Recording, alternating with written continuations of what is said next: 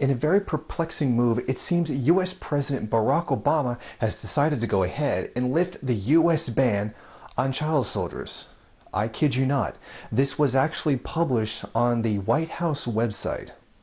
Pursuant to Section 404 of the Child Soldier Prevention Act of 2008, I hereby determine that it is in the national interest of the United States to waive the application of the prohibition in Section 404A of CISPA with respect to Libya, South Sudan, Yemen, and further determine that it is in the national interest of the United States to waive in part the application of the prohibition in Section 404A of CISPA with respect to the Democratic Republic of Congo to allow for continued provision of international military education and training funds and non-lethal excess defense articles, and the issuance of licenses for direct commercial sales of U.S.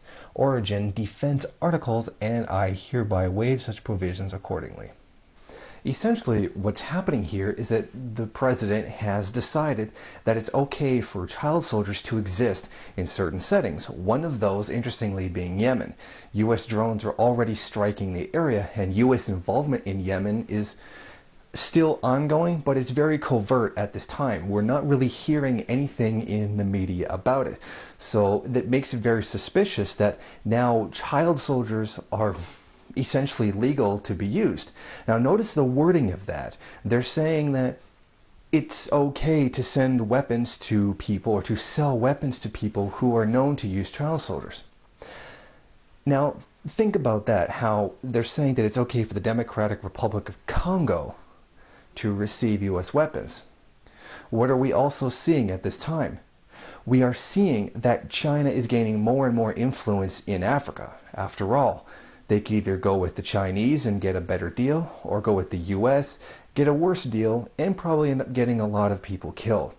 I would not be surprised if this was a preventative measure for that in the future, if the U.S. wanted to back any so-called rebel groups like the Free Syrian Army, that it would be okay to give them money knowing that they use child soldiers, because now they can say, well look, in these regions it's not illegal for us to sell weapons to groups known to use child soldiers. However, given the fact that they're trying to, or essentially looking at going on the path of legalizing child soldiers, it's still illegal under UN law. The United Nations Convention on the Rights of the Child, Article 37 of 1989, proclaimed state parties shall take all feasible measures to ensure that persons who have not attained the age of 15 years do not take a direct part in hostilities. However, people who are over the age of 15 but under the age of 18 are still voluntarily able to take part in combat as soldiers. I think this signals a very bad turn in U.S. foreign relations and U.S. imperialism. It seems the U.S. is now very tolerant of child soldiers being involved in their imperialist actions.